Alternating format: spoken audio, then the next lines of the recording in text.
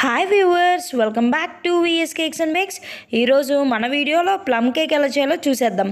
First నల్ల ద్రాక్ష తీసుకోండి, next normal raisins and tutti frutti, next cranberries, next బాదం అండ్ క్యాష్యూస్ని చిన్న చిన్నగా కట్ చేసుకుని తీసుకోండి. Next dates and last but not least orange juice.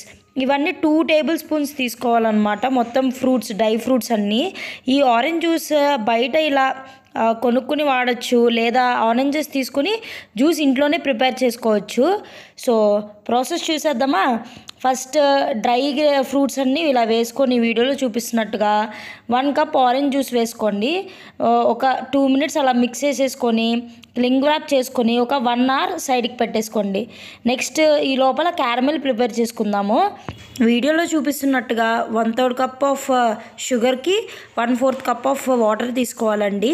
యాక్చువల్గా ప్లమ్ కేక్ ఇదే అండి నేను ఫస్ట్ టైం ట్రై చేయడం మన వ్యూవర్స్ కోసం.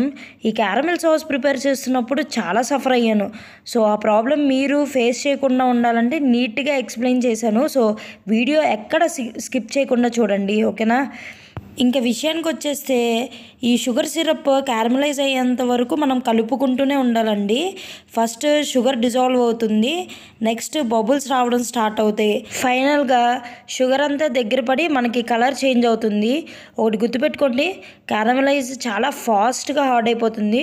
So once sugar syrup caramelised అయిన తర్వాత బ్యాటర్ ప్రిపేర్ చేయడానికి మాత్రం ఎక్కువ టైం తీసుకోవద్దు. It's my request. Next batter కోసం ఇంగ్రీడియంట్స్ చూసేద్దాం.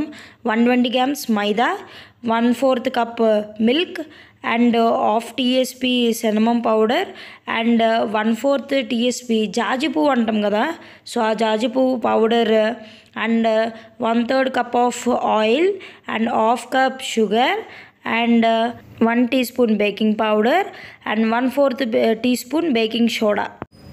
ఈ డ్రై ఇంగ్రీడియంట్స్ అన్నిటినీ ఒక సైడ్ జల్లించి పెట్టుకోండి. ఫస్ట్ మిల్క్ తీసుకుని ఆ తర్వాత దాంట్లో ఆయిల్ యాడ్ చేసి వన్స్ ఒక 1 to 2 మినిట్స్ మిక్స్ చేయండి. ఆ తర్వాత మనం జల్లించి పెట్టుకున్న డ్రై ఇంగ్రీడియంట్స్ అన్నీ ఒక్కసారి కలిపేసుకోండి.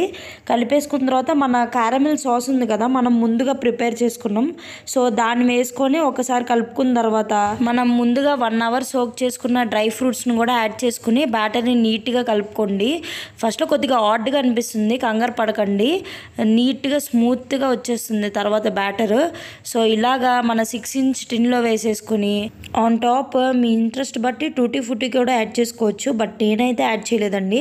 అలా వన్స్ 45 మినిట్స్ బేక్ చేసుకున్న తర్వాత టేస్టీ ప్లమ్ కేక్ రెడీ అయిపోతుందండి.